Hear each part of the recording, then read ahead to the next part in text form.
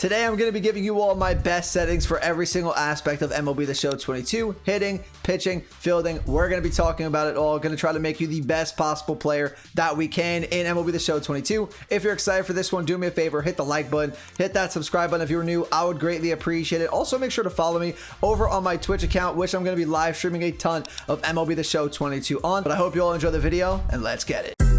Minika, watch me on Twitch, ooh, I'm streaming. I'm on YouTube, subscribe to the channel, red button beaming. Let's get that sub count, take over YouTube, ooh, we teaming. My content so hot, ooh, yeah, I'm steaming. Ooh, yeah, I'm steaming, red button beaming.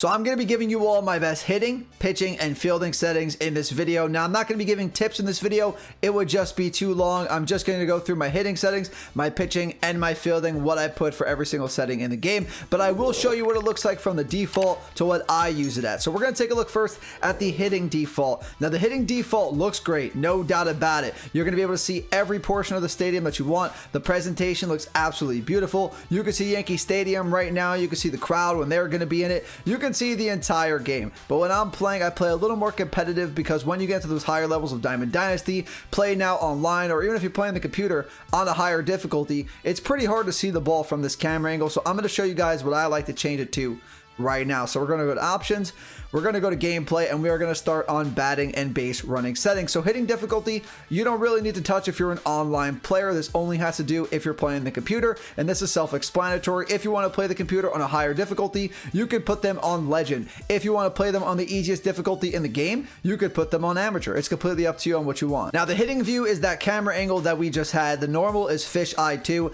and I don't like to do that. Majority of people that play in higher level games or pro players, they like to go with the strike zone 2, or strike zone 3. My personal favorite is going to be strike zone 2, and I'm going to show you all what that looks like right now. Can you see the difference between the fisheye normal and now we have strike zone 2? Look how much more we are zoomed in now. You could actually see the ball coming to you much better than you could at the default. You are going to sacrifice a little bit of that presentation that I was talking about earlier, so you're not going to be able to see the whole stadium, but you still get a good portion of the stadium. You really just can't see the hitter that you're hitting with. So that is going to be the hitting view, and in my opinion, that's the most important setting in the entire game if you want to become a better hitter in MLB The Show 22. So after we take a look at hitting view, now you have your in-play view offense. You have dynamic. Again, that's something for your presentation people who like to see the no doubt home runs where it looks cool and all that stuff, but I don't really like to go with that because when you're using dynamic, when you hit the ball, you're going to see it from the batter's POV or behind the batter. You're not going to really follow the ball, so sometimes it's hard to see if the ball is going to drop on the floor, if the person's actually going to make the catch.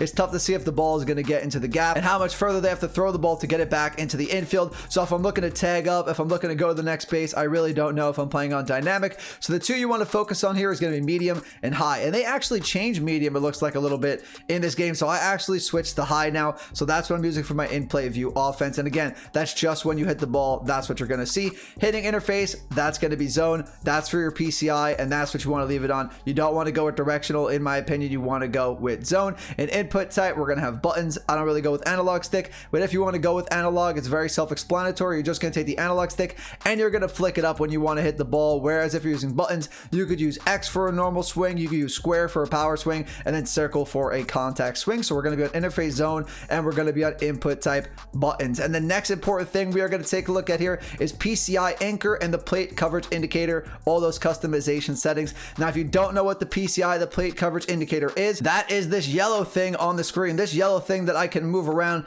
the entire strike zone. The PCI, or the plate coverage indicator, is extremely important for those of you who want to make harder contact with the baseball, because let's say, for example, the ball is pitched in the top right of the strike zone. If I leave my PCI in the bottom left, no matter how good my timing is, I could have the best timing in the world, I am not going to hit that. That's like a real life player trying to hit a pitch away when the pitch is inside. It's not going to work. So what you want to do is you want to take your PCI and follow the baseball with your PCI. The closer you are PCI to baseball, the harder contact you are going to make. So right now it looks okay, but in my opinion, it's a little too wide, a little too much going on. So you guys are going to see what I like to use for my PCI settings right now. So PCI Anchor, you want to leave that on, and Anchor Dots, you want to leave that on. That is a new feature that they added in MLB The Show 22. This is great. If you struggle at hitting high and away pitches, you could use the PCI Anchor to lock in your PCI high and away. You could practice using your PCI in some of those zones that you're not good at hitting the ball with. I think this was a great feature that they added and one of the newer features in the hitting engine. Now we're going to actually take a look at the PCI customization options. And again, these are just customization options. You can go whichever way you want. I'm just personally going to give you mine. Center, I leave that on circles. I know some people like to go with diamonds, but I personally leave it on circles. Inner, I definitely like to have an inner, and I want to leave it on Starfighter. I feel like Starfighter is really good. I used to use wedge, but I've been liking Starfighter a little bit more. I don't like to use an outer. With an outer and an inner, in my opinion, it gets a little too confusing, little too much going on, and I want to limit the stuff that's going to be on my screen. So I like to use an inner, but no outer. PCI color is going to be completely up to you. So whatever your favorite color is, go ahead and do that. PCI transparency, I'm going to keep that on 70%. The higher the transparency, the more solid that PCI is going to be. So if it's too high, it's actually going to blend in with the baseball a little bit, or actually make it harder for you to see the baseball. That's why I like to leave it on about 60 to 70% transparency. If you leave it on 0 or lower transparency, it's going to be harder to see the PCI. So I like to leave that on 70%. And then PCI fade out, because I don't use an outer, PCI fade out is not going to have an impact on me. So if you use those hitting settings exactly how I gave you, this is what your PCI and your camera angle are going to look like. The PCI is a lot better. No confusion, no distractions here. You have the PCI anchor. If you use it, you're way more zoomed in. Really like these hitting settings. Now we're going to take a look at the pitching settings. I'm not quite sure what the default is, but it's very similar to this.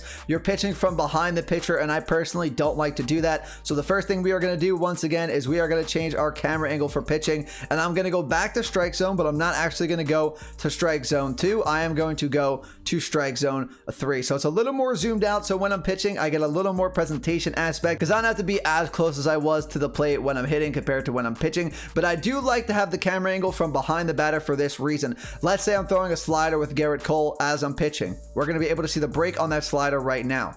So I'm going to be able to see the ball when I'm pitching just about the same as I am when I'm hitting at the plate. So it kind of helps out your hitting ability too, to actually use a camera angle from behind the plate. You could go strike zone or strike zone 2, which is more zoomed in. And if you're hitting on strike zone 2 or strike zone 1, maybe you want to go that route, but I'm completely fine with strike zone 3. Now we're going to take a look at the actual pitching settings. We have pitching difficulty up first. Very easy, just like hitting difficulty. You're going to be playing against the computer. If you want to go on legend, pitch to the best possible computer, you can do that, or you can go on beginner and pitch to the easiest computer in the game. Whatever you want to do for that pitching difficulty, but again, if you're playing online, that's not going to matter. Then we have pitching interface, and they have a lot of different options. They have pinpoint, meter, classic, pure analog, and pulse. But I'm going to go with pinpoint. In my opinion, this is the best pitching interface. Gives you the most benefit for executing on pinpoint out of all the other pitching interfaces, in my opinion. So we are going to go with pinpoint. If you're not on pinpoint, I already have a pitching settings video up. Make sure to go check that out on how to learn pinpoint pitching. Way more beneficial, in my opinion. Pitch feedback, you want this. This is going to show you how accurate you were with your pitch, how fast you were with that pitch, or if you were too slow. And getting your pinpoint 100% accurate is going to give you the most benefit than if you're just 50% accurate. So if you want that feedback on. Pitching view, already talked about, that's going to be on strike zone 3. Pitching ball marker, I'm going to show you all what that is right now. That is going to be the trail, basically, of where the ball is going to go. So you want this on. This is going to give you the ability to actually check out where is your slider going to land if you get 100% accuracy. So you definitely, as you just full Altuve there, so you definitely want to leave that pitching ball marker on.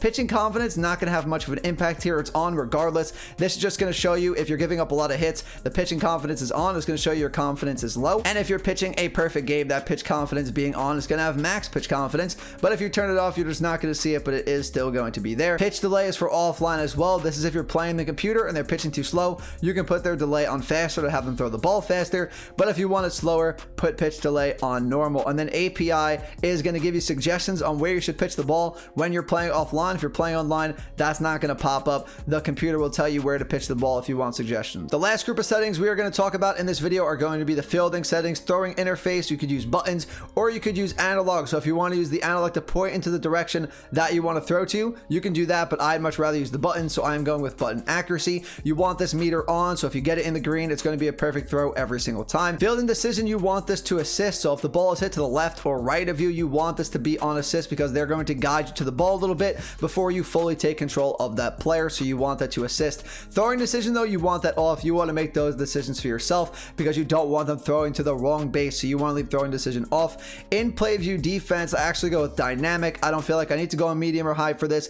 I like the presentation aspect a little bit more when I'm in the field, so I'll go with dynamic, kind of like how I use strike zone 3 for pitching instead of strike zone 2. I'll take a little more presentation when I'm in the field rather than when I'm hitting and you need to be locked in. Throw canceling, you definitely want this on. This is like, for example, if you're going to throw it to second base, but you realize you actually have to throw it to third base. If you click the triangle button, it's not too late. All you have to do is quickly switch to the square button, and that will throw it to third base and cancel that animation of throwing it to second base. And this could also help you pump fake, maybe fake some people out if they're going to the wrong base, and then you can throw them out that way. One button dive and jump, you want this off. You do not want to go to rob a home run and your guy dives on accident, and you don't want to make a diving play and he jumps on accident, so you definitely want to leave that off.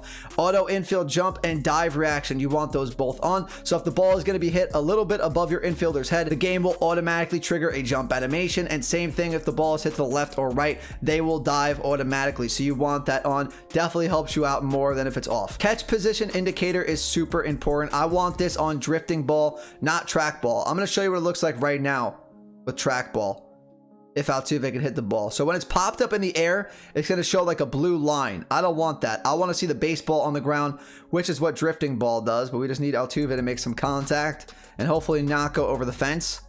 And he can't hit. Are we going to strike out Altuve? I'm just throwing it right down the middle. Let's see. Come on, Altuve. Hit the ball. Just don't hit over the fence. Don't hit over the fence. And we struck him out on 3 straight pitches, 3 strikes.